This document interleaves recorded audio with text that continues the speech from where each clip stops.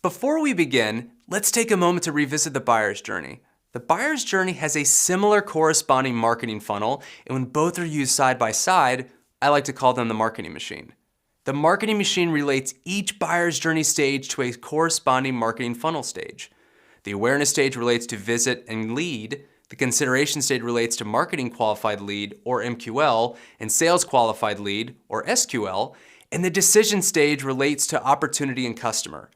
These funnels are designed to help you visualize and guide a prospect through the stages of the buyer's journey so that you can effectively measure your funnel and provide a tailored message to the prospect at their particular stage in the buyer's journey.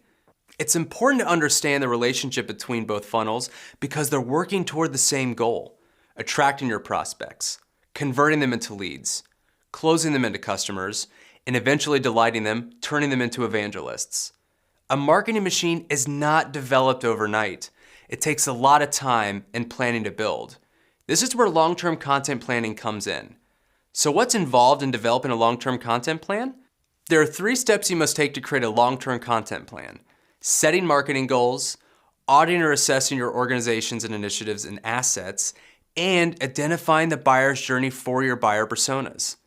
The ultimate objective here is to have a unifying document you can use to keep track of your long-term content marketing initiatives.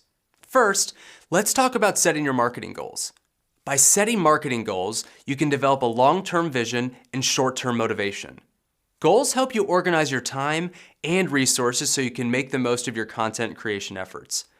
Each piece of content created for a marketing initiative should be tied to a goal that's also directly related to the overarching goals of the organization. This will help you stay laser focused with the content creation process. Let's take a second to think about this. If your company's quarterly customer goal is 15 new customers, and you know the number of leads you need to generate 15 customers is 50 leads, and if you know the number of website visitors needed to generate 50 leads is 1,000 visits, then you need to take into consideration the content needed to hit your visits goal. Each goal you set should be a SMART goal that is specific, measurable, attainable, relevant, and timely. A potential SMART goal example could be increase quarterly website visits by 20%. That's 50,000 per quarter to 60,000 per quarter by the end of the year. The second step in creating a long-term content plan is auditing or assessing your organization's initiatives and assets. Your audit is going to consist of 2 parts. First, auditing your content assets, and second, auditing your event-based priorities. Let's begin with the content audit. Your goal with the content audit is to identify all of the marketing assets you have at your disposal and potentially identify gaps or opportunities in your content strategy. There comes a point for every marketer who has been generating content for a while when they realize they have no idea where all their content is or how much they actually have. Content has likely been created by you, your predecessors, or other marketing individuals in the marketing department, including subject matter experts from other departments, and is scattered just about everywhere.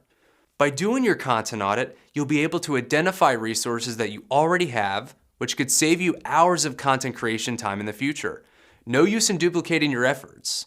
When it comes to documenting a content audit, there should be a place for you to insert all of your assets and properly categorize them based on content title, buyer's journey stage, marketing funnel stage, format or type of content, which buyer persona this is targeting, and any additional notes that provide value or context. Now it's time to do some digging for content assets, such as guides, worksheets, or sales collateral. I'd recommend systematically combing through the following dark corners where content typically can be hiding, like that old file manager or marketing folder on your computer. Ask your sales team what type of collateral they use. Check in with more tenured employees. You'll be surprised at the wealth of knowledge here. Pour through your customer relationship management system, also known as a CRM, and your content management system, also known as a CMS. Okay, I think you get the picture here. Let's take a look at a content audit from a HubSpot customer by the name of Maren Schmidt. Maren offers advice and resources backed by more than 30 years of experience working with young children. Notice how Maren already has content spanning the awareness, consideration, and decision stages of the buyer's journey for multiple buyer personas, and each piece of content corresponds to a specific life cycle stage. Additionally, Marin has many different types of content formats to offer her buyer personas, like an ebook, a study guide, and a webinar. Note how Marin uses the notes field to explain the contents of her content offer, though she may not need this for each piece of content in her audit. Now that Marin has documented her assets, she'll be able to refer to this audit in the future to pinpoint what content she already has and how it can help with future content creation initiatives. The second part to completing your audit is to conduct an audit on your event-based initiatives. What I mean by this is, you'll need to take into account any upcoming projects, priorities, or events that might involve content creation. Doing this exercise will help you identify content that could support each initiative, but also, and more importantly, it can give you an opportunity to see how you can connect this content back to the buyer's journey through an inbound marketing campaign. An event-based audit should be organized by the following areas: upcoming priorities by month, initiative overview, theme, prospective blog post topics based on buyer personas, and an inbound marketing campaign that ties together your efforts. Take a look at what Marin did for her event-based audit. You can see that Marin has a few events and workshops that she might need content for. You can also see that the content is grouped into an overall theme for the next 3 months with associated blog topics that integrate with an inbound marketing campaign called Preparing for Your Home the Montessori Way, which is an ebook. Try and imagine for a minute if Marin only planned the month, initiative overview, and theme without keywords and blog post topics that associate with a relevant inbound marketing campaign. Yes, she would have noted that there are a series of events coming up in the next few months, but she would have missed out on the opportunity to tie everything together with a series of blog posts that could lead to a relevant content offer that would provide value to her marketing machine.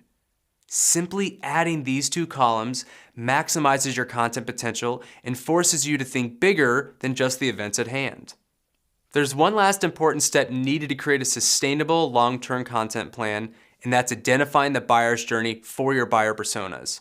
Remember, you're creating content that's meant to attract and pull your buyer personas through every stage of the buyer's journey. From the awareness stage, where it's more problem-based, through the consideration stage, where you're discussing a solution, and ending in the decision stage, where you're recommending next steps.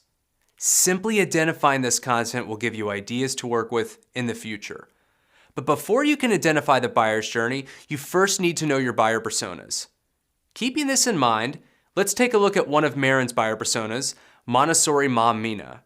Here's an overview of Mina as a buyer persona. Mina is a devoted mother, a working professional, and married with at least one child under the age of 6. Mina wants to understand child development and do what's best for her children, understand how to set limits for behavior, and have effective communication tools to use with her children. Mina's challenges are her children won't listen and she has to deal with tantrums, all of which overwhelm her as a parent. Marin knows that Mina uses Google to find answers to problems she's looking to solve. Great. Now that you know who Mina is, let's take a look at what the buyer's journey might look like for her in more detail. To start, you know it's important for Mina to do what's best for her children. So what about an awareness stage ebook that lists parenting problems you can avoid? This is something that would bring value to Mina's search. Then, once Mina's been educated on parenting problems to avoid, what about following up with a consideration stage information like a questionnaire regarding family needs to help her understand a possible solution? In this case, Montessori. The questionnaire outlines both the needs of the child as well as the parent. But maybe Mina needs a little more information that will help her to the decision stage, something that educates her more on how to best prepare for Montessori. What about a free consideration stage workshop that explains how to prepare your home the Montessori way? That could do the trick. And now that Mina has found a solution to her problem, she's ready to make a decision.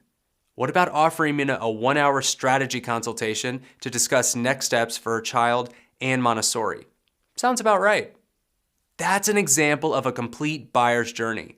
A buyer's journey is ever evolving. The more you learn about your buyer personas, the more you'll be able to refine the buyer's journey and grow it over time.